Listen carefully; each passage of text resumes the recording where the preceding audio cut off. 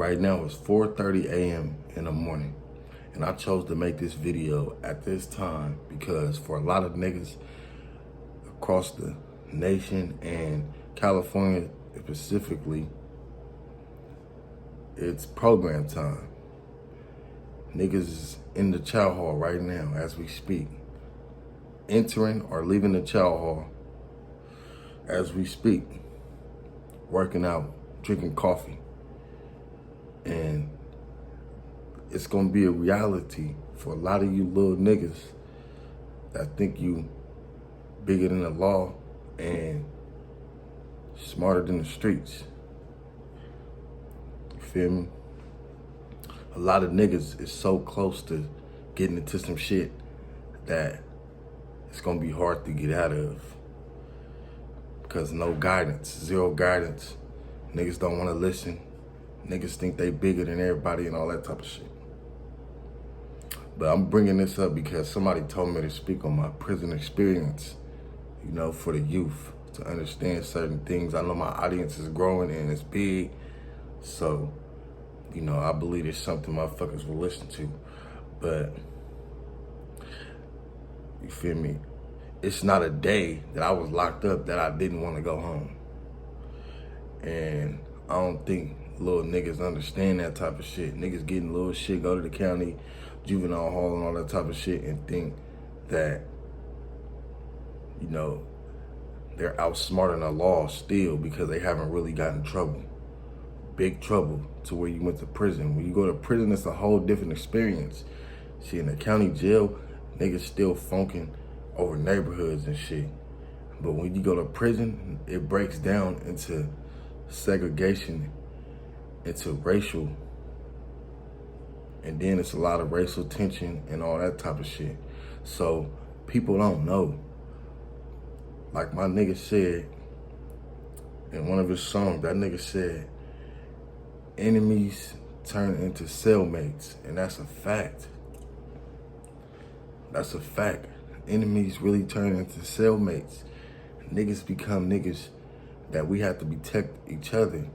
A nigga that I wouldn't like on the streets that I'm not supposed to like. Sometimes it's not even niggas I met.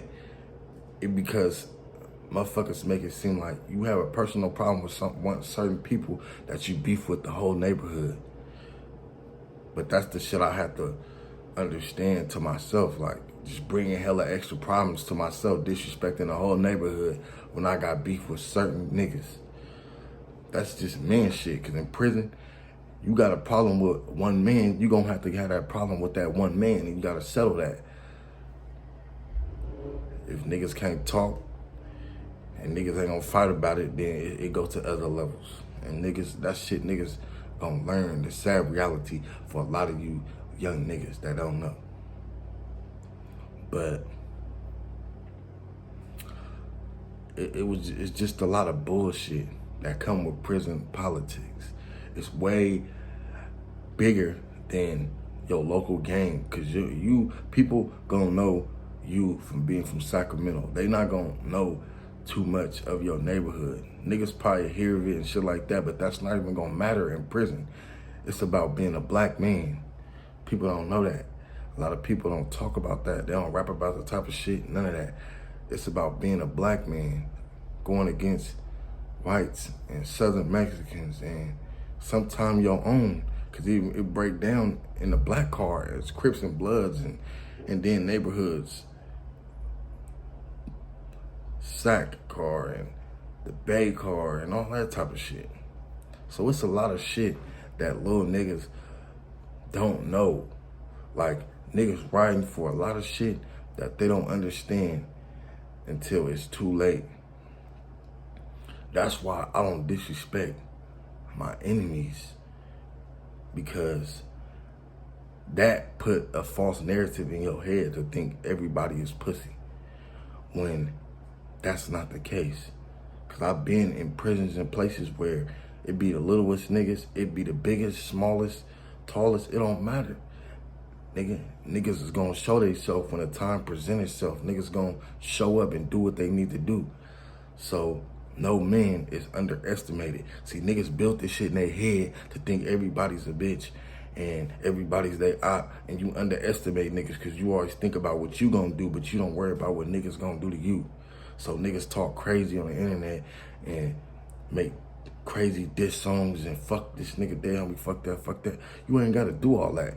Niggas gonna respect you as a real nigga first, period, nigga. Cause I can go a lot of places, they don't never heard of my neighborhood. They never heard of too much shit about my city and all that type of shit. And vice versa for other niggas. But when you standing up as a man, niggas respect you as a man first, period. No matter where it is, no matter where you from, no matter where you go, niggas gonna respect you as a man, especially in the prison system. You gotta stand up on your own too. You gonna be one nigga versus 3,000 niggas that you never met, never seen, never heard of. Even niggas in the SAC car. I never met the whole SAC car, and it was like about 20 of us on a yard full of LA niggas and a whole outnumbered by all the other cars. And I never even met no nigga that was from SAC in my car, and they all was from SAC, even though we all ride together. But I never even knew them niggas. So only it was me versus 3,000 niggas in my head. That's what made me get through what I had to go through. Cause even then, like, it was little fallouts within the car, little shit that be happening. I fought my own homie for my own car before I got into it with any other nigga.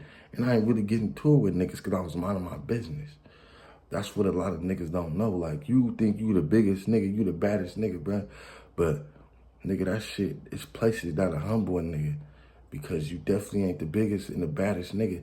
Because there's niggas that's willing to take it to levels that you think you willing to take it to, but they standing on that every day. Like, you willing to take it to that in certain instances and certain things that happen. There's certain things you willing to take it to, but it's niggas that's willing to take it to this shit every day. Niggas that don't have family, niggas that ain't getting packages, niggas that don't feel like they ain't got shit to live for, got life, got all day, all that type of shit. So I was fortunate enough to be in cells with lifers, but they cared about a nigga. They seen a nigga mental. They mentored a nigga in the right direction versus other niggas I know that was in cells with niggas and they was banging out the cell and yelling blood and yelling all this shit and just cutting up, you know, just get, some niggas do different things to get past their time, but I was with niggas that cared about me being back on the streets. It was like them mentoring me. It's like they way of having a second chance in their own way, you know, cause like, damn, I'm already doing life. I already fucked up. This nigga 20 years old. This nigga need to get home to his family. He got a daughter. He got all this type of shit. You know, they go through I let them go through my pictures and shit. They see that, you know, a nigga just happened to be a nigga in a fucked up situation and shit happens in the streets, but it's not too late. You get your blessings by, you know, guiding niggas into good situations, not always doing bad shit.